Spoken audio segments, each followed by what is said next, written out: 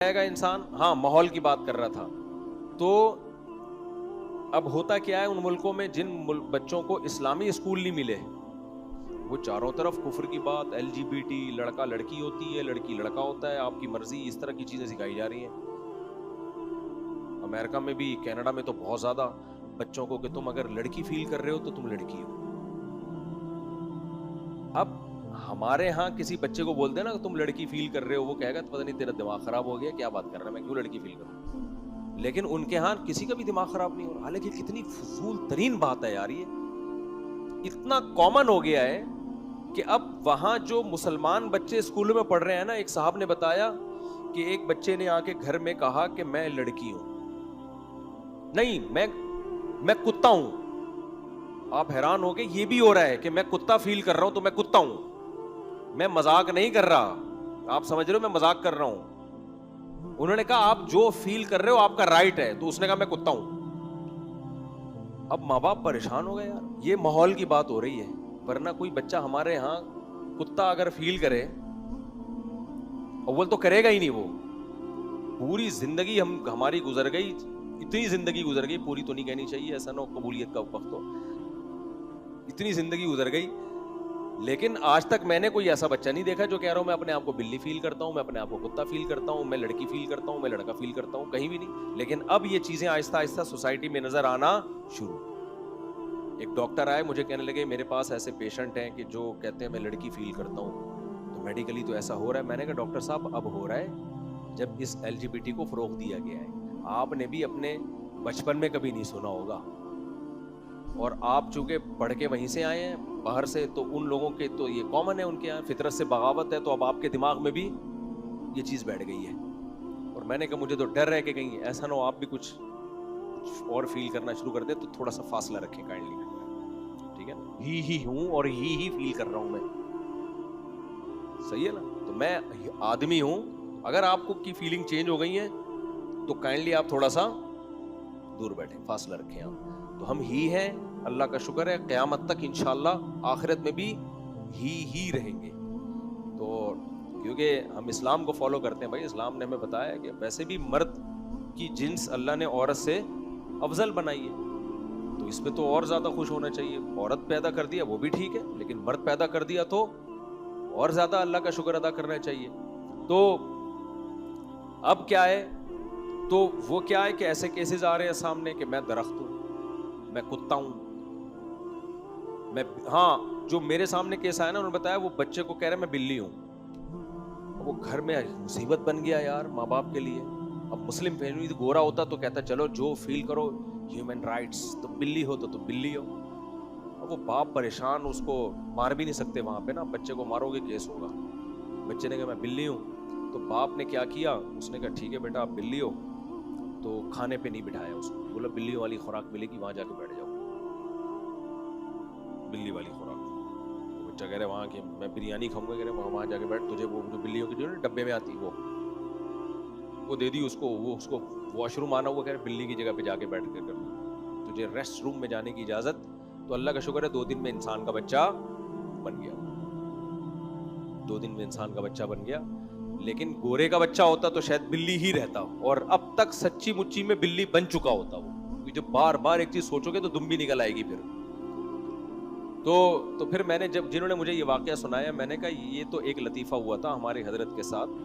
ہمارے حضرت فرماتے تھے ایک صاحب کو یہ وہم ہو گیا کہ میں بندر ہوں, نہیں میں گدھا ہوں, یا پتہ نہیں گھوڑا ہوں, کچھ اس طرح کا وہم ہو گیا.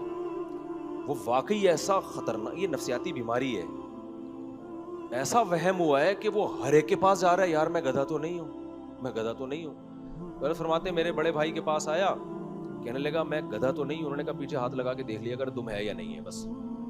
یعنی اس کے بعد اللہ کا شکر ہے کبھی بھی نہیں. تو کیا ہے کہ ایک فضول چیز سن سن کے اس کے عادی ہو. اب یہ لڑکا لڑکے سے بدفعلی اتنا غلیظ پلید گندا عمل ہے, ہمارے ہاں کوئی یہ کام میں پکڑا جائے ساری زندگی لوگ اس کو تانے دیتے ہیں, ابے تو وہی ہے نا. اور ان لوگوں نے اتنا سوسائٹی میں رواج ہو گیا کہ اس پہ ڈسکشن ہو رہی ہے, باتیں ہو رہی ہیں, تو کھلے عام بتا رہے ہیں بھائی میں تو گئے ہوں, یعنی اس کا مطلب یہ ہوا کہ اپنے آپ کو وہ والی گالی دے رہے ہو آپ جو ہم ممبر پہ دے بھی نہیں سکتے کسی کو. بتا رہے ہم تو یہی ایسا ہی ہو گیا. ایک آدمی کیا بولے یار, میں چور ہوں, اس پہ فخر کر رہا ہے. تو اتنا گندا پہ تو یہ ہے صحیح نا, وہ کہہ رہے میں یہ ہوں. تو عجیب گند میں نے ایک جگہ دیکھی, کہیں یورپ کے کسی ملک میں جانا ہوا, ہم گزر رہے تھے رات کے وقت, تو ایک جگہ ہمیں نظر آئی بڑی بڑی عمر کے آدمی, داڑھی چھوٹی چھوٹی داڑیاں بھی ان کی, کلین شیف بھی نہیں, ایک کے کان میں بالی دوسرے کے بالی نہیں. میں نے کہا بھائی یہ کیا منظر ہے؟ انہوں نے کہا یہ جو بالی والا ہے یہ اس کی وائف ہے آدمی کی, پورا ان کا وسیم بھائی, اور یہ اس کا شوہر ہے. میں نے کہا داڑھی نکلی ہوئی ہے اس کے, شیو پوری اتنی بڑی بڑی یار. کہہ رہے بس یہ ہے ان کی, اب ان کی پھر وہ گورے تو ایسے ایکچولی ان کی وش جو ان کی وش ہو بھائی ایکچولی جو. ابے کیا کر رہے ہو یار تم, اتنی گھن آ رہی تھی یار ان کو دیکھ کے, تمہیں شرم نہیں آتی یار؟ تو یہ ہے یوز ٹو, سمجھ رہے ہو؟ 4 دن تک گوبر کھاؤ نا, پہلے دن تو الٹی آئے گی, اس کے بعد آدمی کہے گا کھانے کی چیز تو گوبر ہی ہوتی ہے. پتہ نہیں کیوں بریانی کھا رہے ہوتے ہیں لوگ بیٹھ کے. انسان کو اللہ نے ایسا بنایا بھائی, جس چیز کی عادت ڈالو آہستہ آہستہ عادت. بھنگی بیچارہ کیا کرتا ہے, گٹر میں گھسے گا, وہ کتنی گند بیچارہ صاف کرتا ہے, ہمیں ترس آتا ہے, اس کو تھوڑی آ رہا ہوتا ہے اپنے اوپر ترس, وہ عادت ہو جاتی ہے اس بیچارے کو, وہ مجبوری ہے اس کی. تو انسان کو جب ایسی ایسی چیزوں کی عادت پڑ جاتی ہے میرے بھائی, تو نماز روزے کی کیوں نہیں پڑھ سکتی؟ سمجھتے ہو؟ صفائی کی کیوں نہیں پڑھ سکتی؟ تو اس لیے اپنے آپ کو کسی بھی طرح سے نہ محنت مشقت کر کے ایک دفعہ عادت ڈالو. علامہ ابن سیرین رحمہ اللہ تعالیٰ بہت بڑے بزرگ گزرے ہیں, وہ کہتے ہیں میں نے 20 سال تہجد پڑھی ہے اپنے نفس پہ جبر کر کے, دل نہیں لگتا تھا تہجد میں, نہ اخلاص پیدا ہوتا تھا, بس کسی طرح مصیبت میں ڈال کے نا 20 سال میں نے تہجد پڑھی. کہہ رہے 20 سال کے بعد مجھے تہجد میں لطف آنا شروع ہوا. سمجھ رہے ہو کہ نہیں سمجھ رہے؟ 20 سال کے بعد کیا ہوا ہے؟ لطف آنا شروع ہوا. اللہ نے مجھے وہ کیفیات دی جو تہجد گزاروں کی ہوتی ہے. اور ہم پہلے دن چاہتے ہیں ایسا ایک دم دل لگے نماز میں, او عرش مولا پر, جب نہیں لگ رہا ہوتا دل, ابے یار کیا فائدہ ایسی نماز کا جس میں دل ہی نہ لگے. اور بھائی فائدے نقصان کو چھوڑ, عادت ڈال, لت پڑ جائے.